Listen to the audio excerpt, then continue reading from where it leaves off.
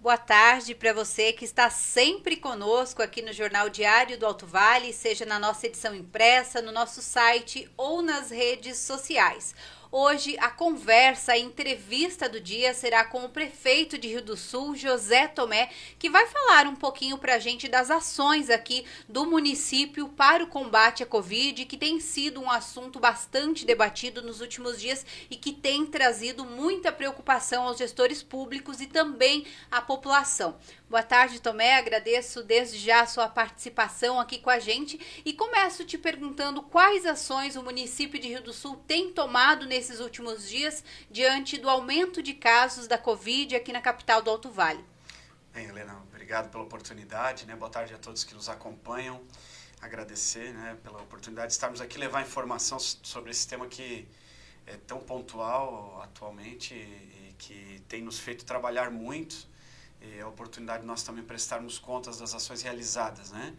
Realmente o número de casos tem sido bastante elevado nos últimos dias. Ontem 164 novos casos, um novo recorde em um único dia. Temos mais de 600 casos ativos da doença na cidade, tem chegado a praticamente todas as famílias, pessoas conhecidas, líderes, sejam comunitários, empresariais, colegas de trabalho, enfim, isso mostra que realmente todo o cuidado é necessário e, claro, várias medidas vêm sendo tomadas desde o início da pandemia, né? Nós temos recursos que, claro, começam a daqui a pouco serem poucos para a gente poder realizar toda a ação de combate à doença e também de prevenção. Cabe ao município mais fazer a prevenção, o trabalho com os hospitais na questão do combate foram feitos, os recursos foram repassados, são instituições preparadas para realizar todo esse trabalho. Eu falo de hospital regional, que recebeu mais de R$ 1,5 milhão do município, o Hospital Samaria cerca de R$ 700 mil, Associação Renal Vida, que faz a terapia substitutiva, né, a hemodiálise, mais de R$ 150 mil, toda a compra de testes rápidos, máscaras, álcool gel, todo um trabalho de conscientização, unidade móvel de testagem rápida, mutirões de testagem, enfim. Até desculpe, Tomé, desculpe te Tranquilo. interromper, mas até gostaria que você falasse um pouco mais dessa situação da testagem aqui em Rio do Sul. Rio do Sul é um dos municípios do estado que mais tem testado os moradores e esse aumento de casos também um pouco é em virtude dessa testagem, né? Se não houvesse, muitos não saberiam que estavam com a doença. Exatamente, nós estamos comprando mais um lote de 7 mil novos testes. A filosofia da administração é testar ao máximo a população. Às vezes a gente acaba, claro, indo ao encontro de alguém que, por que não testei?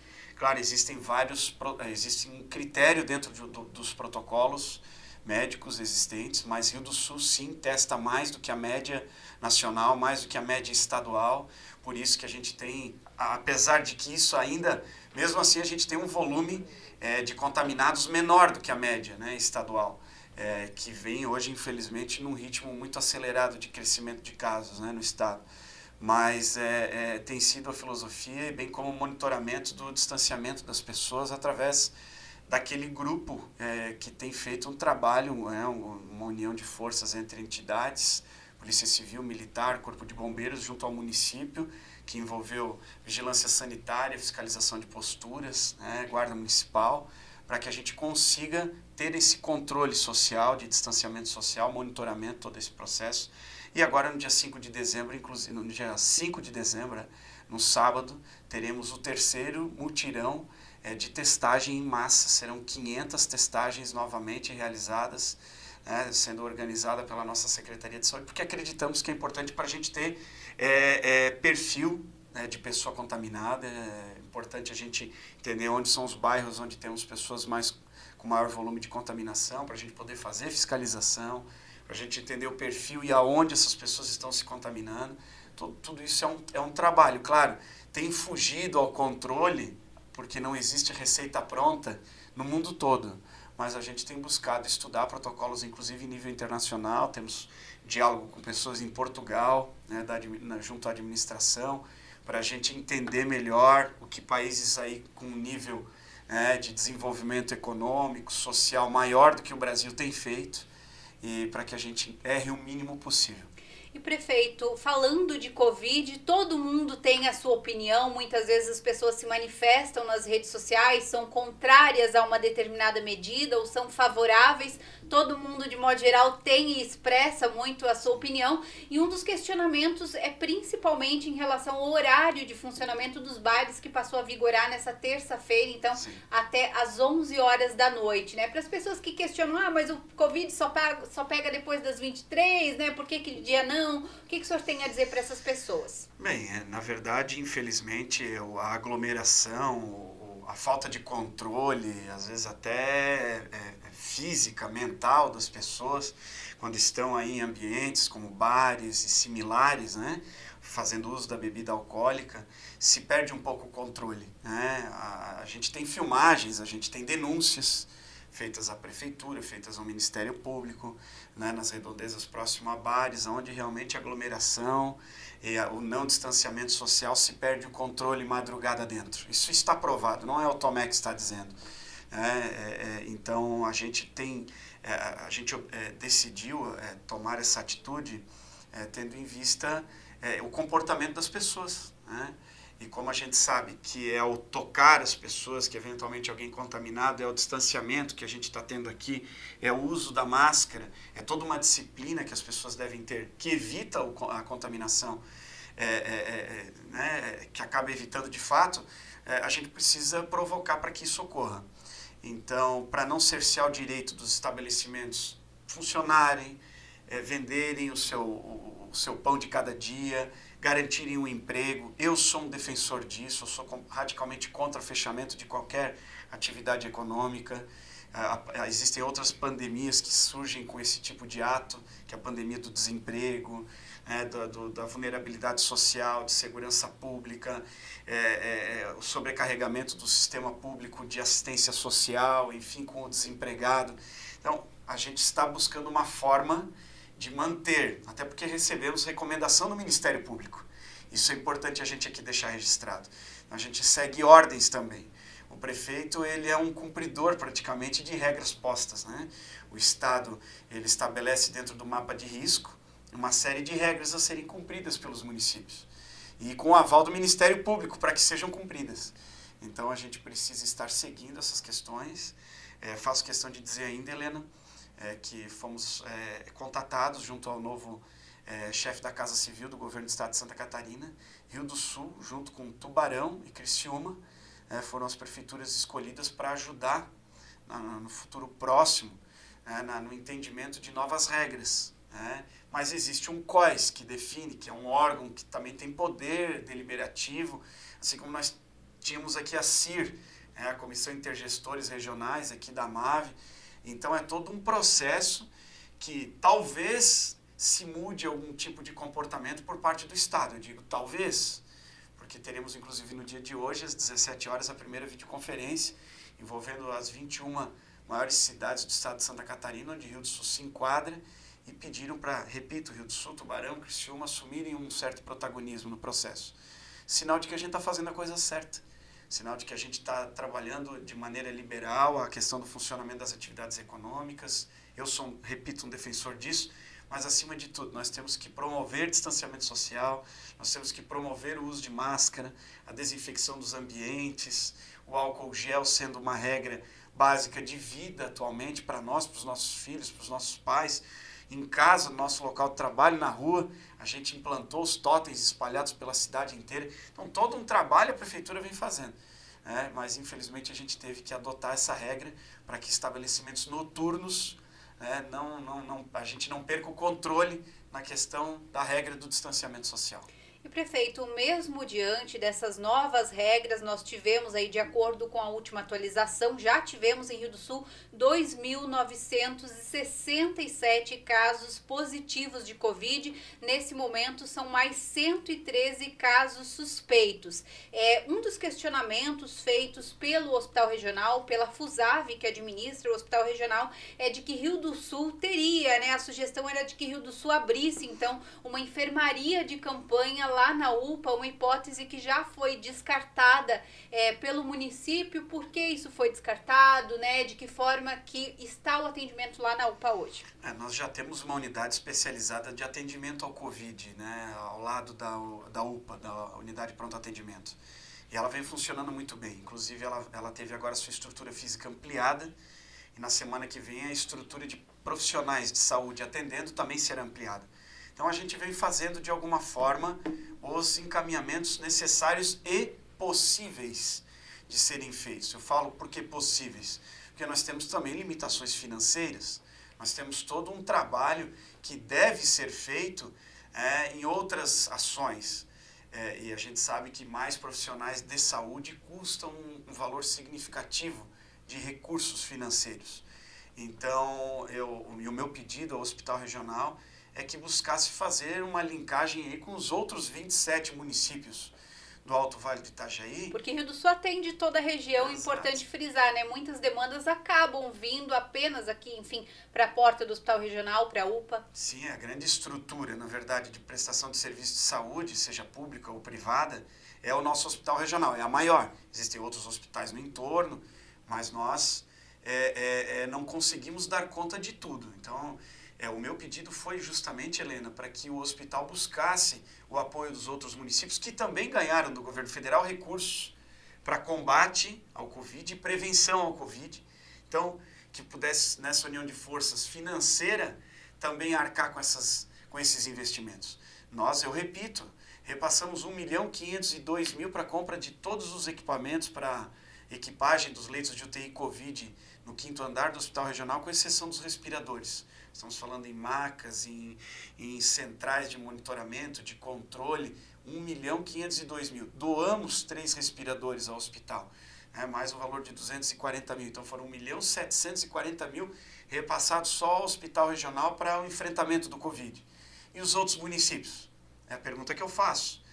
Não quero aqui incriminar os outros municípios, mas dizer que o hospital, ao indicar essa possibilidade de Rio do Sul montar um centro de enfermaria de campanha, que hospital de campanha, essas coisas de campanha aí, todo lugar que a gente ouviu falar, houve superfaturamento nas estruturas, houve mau uso do dinheiro público, a gente não quer isso também.